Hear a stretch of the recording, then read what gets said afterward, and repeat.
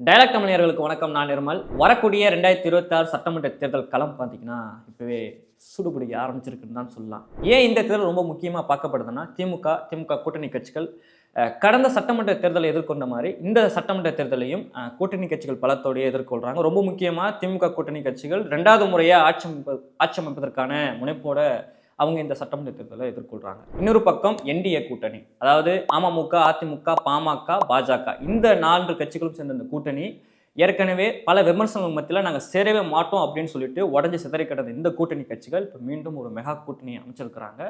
சமீபத்தில் அந்த பொதுக்கூட்டம் நடந்தது குறிப்பிடத்தக்கது.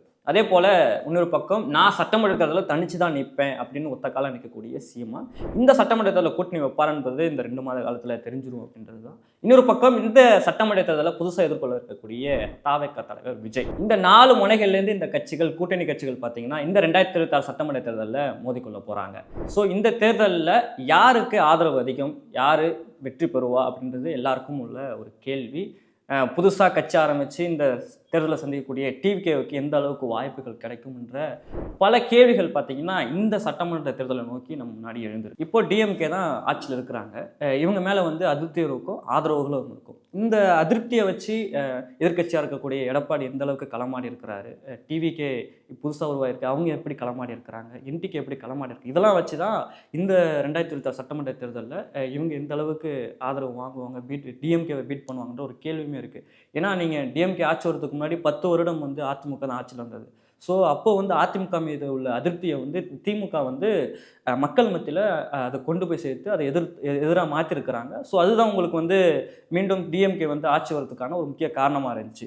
ஸோ இப்போ இந்த 5 வருட ஆட்சி வந்து டிஎம்கேவுக்கு வந்து அது வந்து ஆதரவும் கலந்ததாக இருக்குது, அதிருப்தியும் கலந்ததாக இருக்குது. ஸோ இந்த அதிருப்தி எந்த அளவுக்கு மக்கள் மத்தியில் எதிர்ப்பாக மாற்றிருக்கிறாங்க எதிர்கட்சிகள் அப்படின்ற ஒரு மிக முக்கியமான கேள்வியும் இருக்குது. ரொம்ப முக்கியமாக டிஎம்கே வந்து அவங்க பல்வேறு கோரிக்கைகளை நாங்கள் நிறைவேற்றிருக்கோம், சொன்ன வாக்குறுதிகள் வந்து 100% நிறைவேற்றிருக்கோம்னு சொல்லி பொது மேடைகளை போட்டு அவங்க சொல்லக்கூடிய நிலை இருக்குது. ஏன்னா முக்கியமாக பேருந்தில் பெண்களுக்கு இலவசம், மாதம் 1000 ரூபாய், இது வந்து மக்கள் மத்தியில் ஒரு பெரிய வரவேற்பை பெற்றிருக்கு. ஸோ இது ஒரு பக்கம் மக்கள் மத்தியில் ஆதரவும் இருக்குது. அதே சமயத்தில் நீங்கள் அதிருப்தி அப்படின்னு திமுக மீது சொல்லணும்னா தூய்மை பணியாளர்கள் போராட்டம், அரசு ஊழியர்கள் ஊதிய உயர்வு போராட்டம், செவிலியர்கள் பணியிழந்த போராட்டம், இப்படி ஏராளமான போராட்டங்கள் வந்து திமுக மீது உள்ள அதிருப்திகளுக்கு. இந்த அதிருப்தியை வச்சு எதிர்கட்சியான ஏடிஎம்கே எந்த அளவுக்கு களமாடி இருக்கு, பிஜேபி எந்த அளவுக்கு களமாடி இருக்கு, என்டிகே எந்த அளவுக்கு களமாடி இருக்கு, அதே சமயம் புதுதாக உருவாக்கி இன்னைக்கு தேர்தல் சந்திருக்கக்கூடிய டிவிக்கே எந்த அளவுக்கு இதை மக்கள் மத்தியில் எதிர்ப்பாக மாற்றிருக்காங்க அப்படின்ற ஒரு மிக முக்கியமான கேள்வி இருக்குது.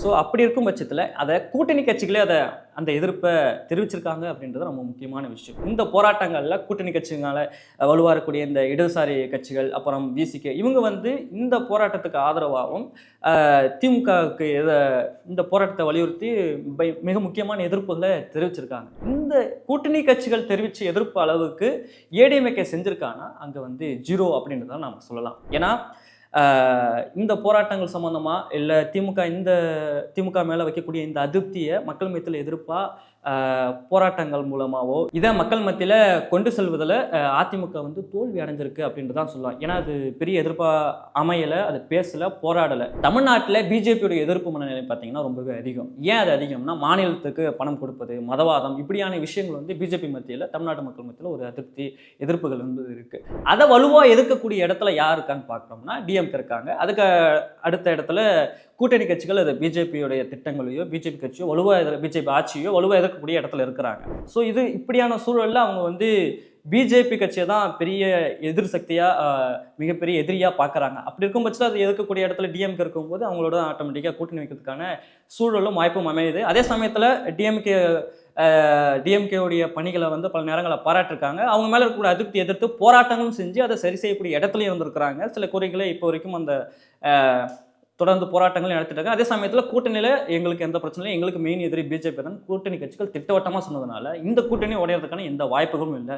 ஸோ அதனால் மற்ற கட்சிகளுக்கு வந்து இது வந்து ஒரு பின்னடைவை தான் பார்க்கப்படுது. ஸோ தமிழ்நாடு மக்கள் மத்தியில் இருக்கக்கூடிய இந்த பிஜேபி எதிர்ப்பு மனநிலை, மாநில ஒன்றிய அரசு அந்த உறவுகள் இருக்கக்கூடிய விரிசல், இதை வந்து ஏடிஎம்கே அதை பற்றி பேசுனுச்சா செஞ்சுதானா கிடையாது. மாற அவங்க என்ன திமுக மீது உள்ள அதிருப்தியை வச்சுருக்காங்க அப்படின்னா ஊழல் ஆட்சி, குடும்ப அரசியல் அப்படின்றது தான் டிஎம்கே கூட்டணி, அதாவது என்டிஏ கூட்டணி. பிஜேபி, அமமுக, ஏடிஎம்கே, பாமக இவங்க 4 பேருமே அதுதான் வைக்கிறாங்க. நீங்கள் நல்லா பார்த்தீங்கன்னா கடந்த 20 வருஷ தேர்தலில் இவங்க வச்சக்கூடிய இந்த திமுக மீது உள்ள விமர்சனம், மிகப்பெரிய விமர்சனம் என்னன்னா ஊழலாட்சி, குடும்ப அரசியல். அப்போ 20 வருஷமா இது மக்கள் மத்தியில் எடுபட்டிருந்ததுன்னா திமுக வந்து உங்களுக்கு திரும்ப வந்திருக்க வாய்ப்பு கிடையாது. அப்போ திரும்ப திரும்ப திமுக மேலே ஒரு நம்பிக்கை இருக்குது. மக்களும் அவங்களுக்கு ஓட்டு போட செஞ்சுக்கிட்டு தான் இருக்கிறாங்க. திமுக அவங்களுக்குன்னு ஒரு ஆதரவு கூட்டத்தையும் வச்சிருக்கிறாங்க. ஸோ இப்படி இருக்க பட்சத்தில் 20 வருஷமா எடுபடாத இந்த ஊழலாட்சி, குடும்ப அரசியல் விமர்சனம் இந்த தேர்தல் எடுபடுமா அப்படின்றது உங்களுக்கு பெரிய கேள்வி. நீங்கள் மாறா திமுகவுடைய திட்டங்களையோ, திமுகவோட பணிகளில், இல்லை திமுக மக்கள் நலன் அறிவிக்கும் திட்டங்களில் நீங்கள் அது மக்களுக்கு எதுவும் செயல்படலை, உடன்பாடு இல்லை அப்படின்னு சொல்லி எதிர்ப்பு தெரிவித்து மக்களை திரட்டு போராட்டம் இருந்தால் கூட திமுகவுக்கு எதிரான ஒரு வலுவான ஒரு அதிருப்தியை, எதிர்ப்பை நீங்கள் காமிச்சிருந்துருக்கலாம். அது மக்கள் மத்தியில் போய் கொண்டு சேர்ந்துருக்கலாம். அது ஒரு மாற்றத்தை உருவாக்கிக்கலாம். அப்படி எதுவும் இல்லாமல் வழக்கம் போல் நீங்கள் குடும்ப அரசியல், ஊழலாட்சி அப்படின்னு சொல்கிறது வந்து இந்த தேர்தலையும் எப்படி பலிக்கும் அப்படின்றது தான் ஒரு மிகப்பெரிய கேள்வி.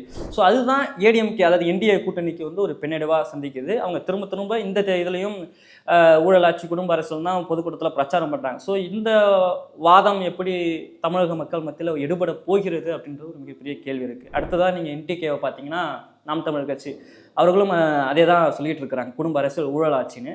அதே சமயம் அவங்க மேலே, என்டிகே மேலே என்ன ஒரு அதிருப்தினா, சீமா நிறைய பொய் சொல்கிறார், அவர் மேலே இருந்த நம்பகத்தன்மை வந்து போயிடுச்சு, நம்பிக்கை இல்லை அப்படின்ற ஒரு விஷயமும் மக்கள் மத்தியில் இருந்துகிட்டு இருக்கு. அதே சமயத்தில் அவர் ஆர்எஸ்எஸ் பிஜேபி மேடையில் ஏறுகிறார் அப்படின்ற ஒரு அதிருப்தி இருக்குது. ஏன்னா நான் முன்னாடியே சொன்னேன்ல, தமிழ்நாட்டு மத்தியில் பிஜேபி எதிர்ப்பு மனநிலை வந்து பரவலாக இருக்குது, அது வலுவாகவும் இருக்குது. ஸோ அதுதான் உங்களுக்கு இன்னும் திமுக இருக்கிறதுக்கான காரணமும் கூட. ஸோ அதை தாண்டி நீங்கள் என்ன அரசியல் பண்ண போகிறீங்க அப்படின்ற ஒரு கேள்வி இருக்குது. ஸோ அந்த அரசியலை கூட்டணி கட்சிகளே பண்ணி முடிச்சதுனால, இவங்களும் அதை எதிர்த்து எதுவும் பண்ணாதனால மக்கள் மத்தியில் ஓகே டிஎம்கேவே இருக்கலாம் அப்படின்ற ஒரு மனநிலைக்கு வர்றதை நம்மளால் இந்த தேர்தலில் பார்க்க முடியுது. சரி, இவங்கெல்லாம் விட்டுருங்க. புதுசாக வந்திருக்கக்கூடிய டிவிகே என்ன பண்ணியிருக்காருன்னா, சரி அவர் என்ன சொல்கிறாரு அப்படி பார்த்தோம்னா, அவரும் ஏடிஎம்கே என்டிகே சொன்ன அதே ஊழலாட்சி, குடும்ப அரசியல் அப்படின்றது தான் அவரும் முன்வைக்கிறார்.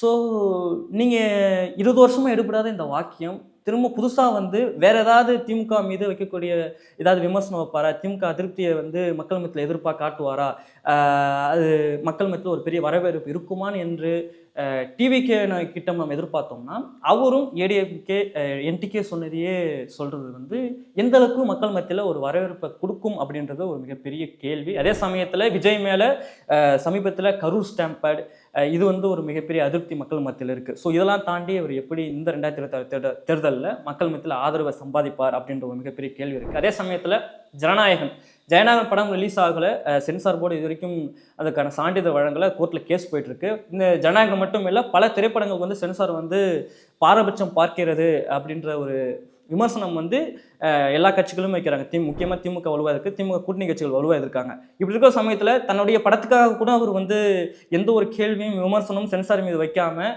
அதை பற்றி பேசாமல் இருக்கிறாரு. ஆனால் முதல்வர் ஸ்டாலின் அவர்கள் வந்து ஜனநாயகம் உட்பட பல இந்தமாரி சென்சார் பண்ணக்கூடிய பாரபட்சத்தை எதிர்த்திருக்காரு.